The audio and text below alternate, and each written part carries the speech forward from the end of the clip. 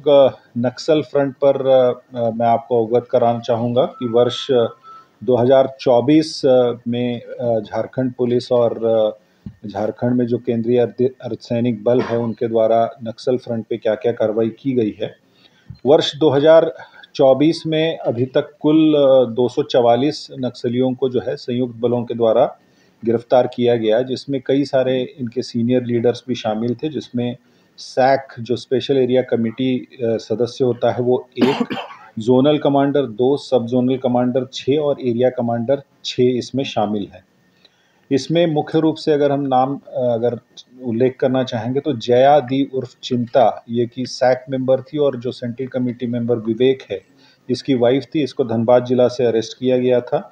इसके अलावा रवि गंझू जो कि 10 लाख का इनामी था, इसको गुमला जिला से अरेस्ट किया गया था। ये जोनल कमांडर था। सिमिलरली सीताराम रजवार, ये भी 10 लाख का इनामी जोनल कमांडर था। आदेश गंझू, शिवराज सिंह, ये सब जोनल कमांडर थे, 5 लाख की इनामी। नेशनल भुइया, ये भी माओवादियों का सब जोनल कमांडर था, ये भी 5 लाख का इनामी था।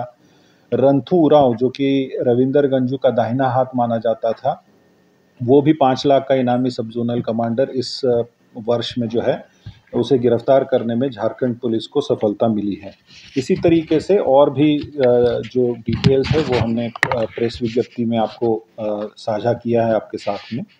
इसके अलावा इस वर्ष में कुल 24 नक्सलियों के द्वारा झारखंड पुलिस और जो केंद्रीय अर्धसैनिक बल है उनके समक्ष आत्मसमर्पण किया, जिसमें कि 4 जोनल कमांडर रैंक के इनके लीडर शामिल थे, 1 सब जोनल कमांडर और 3 एरिया कमांडर भी इसमें शामिल थे।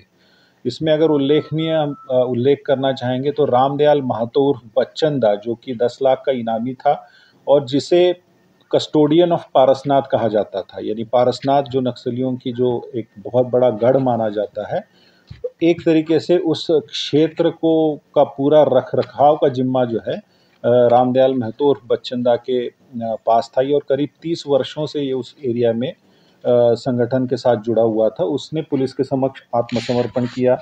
इसके अलावा नीरज सिंह खेरवार, ये भी 10 लाख का इनामी जोनल कमांडर था।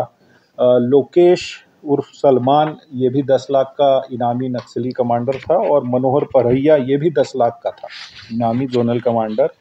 और लालदीप गंझू, इन सभी के द्वारा और इसके साथ ही अन्य जो है कुल मिला के 24 नक्सलियों के द्वारा पुलिस के समक्ष जो है आत्मसमर्पण किया गया। इन पर कुल मिलाकर 41 लाख रुपए के इनाम घोषित थे। इस पीरियड में 2024 में कुल 9 माओवादी जो है पुलिस के साथ मुठभेड़ में मारे गए, जिसमें अगर हम कहेंगे कि जैसा आप जानते हैं कि चाईबासा एक अभी जो मेन क्षेत्र जहाँ पे हमारा माओवादियों का प्रेजेंस है और एकमात्र वो क्षेत्र है जहाँ पे एक तरीके से माओवादी सिमट गए हैं, उस क्षेत्र में जो पुलिस के द्वारा और सीआरपीएफ के द्वारा जो सघन अभियान चलाया जा रहा है उसमें बड़ी सफलता हमें प्राप्त हुई थी, और जिसमें कि एक ही मुठभेड़ में उनके कई सारे शीर्षस्थ नेता मारे गए थे, जिसमें मुख्य रूप से सिंगराई या उर्फ मनोज जो कि जोनल कमांडर था, और कांडे होनहागा ये सब जोनल कमांडर था, 5 लाख का इनामी था। ये सभी आईडी एक्सपर्ट्स माने जाते थे। इसके साथ साथ बुधराम मुंडा ये भी मारा गया था। 2 और उल्लेखनीय मैं जिसमें मेंशन करना चाहूँगा इन 9 में से, एक हरेंद्र गंझू जो टीपीसी का सब जोनल कमांडर था, और ईश्वरी गंझू, ये 2 टीपीसी के उग्रवादी भी इस वर्ष पुलिस के साथ मुठभेड़ में जो है मारे गए हैं। इसमें मैं विशेष रूप से इसलिए उल्लेख करना चाहूँगा चूँकि फरवरी माह में पुलिस के साथ मुठभेड़ टीपीसी के दस्ते की हुई थी, जिसमें कि हमारे 2 पुलिस कर्मी जो है, हमारे 2 जवान शहीद हुए थे और एक हमारा जवान उसमें जख्मी हुआ था, और उस कांड को इन्हीं 2 उग्रवादियों के द्वारा अंजाम दिया गया था। तो इन्हें जो है 9 अक्टूबर 2022 को पुलिस के साथ एक मुठभेड़ हुई, बहुत सटीक आसूचना थी, और उस ऑपरेशन में जो है हरेंद्र गंझू और ईश्वरी गंझू जो कि हमारे 2 जवानों की शहादत के लिए जिम्मेदार थे, वो उस मुठभेड़ में मारे गए। ये एक तरीके से झारखंड पुलिस ने अपने जो वीर शहीद थे उनके लिए ये एक तरीके से हमारी श्रद्धांजलि थी।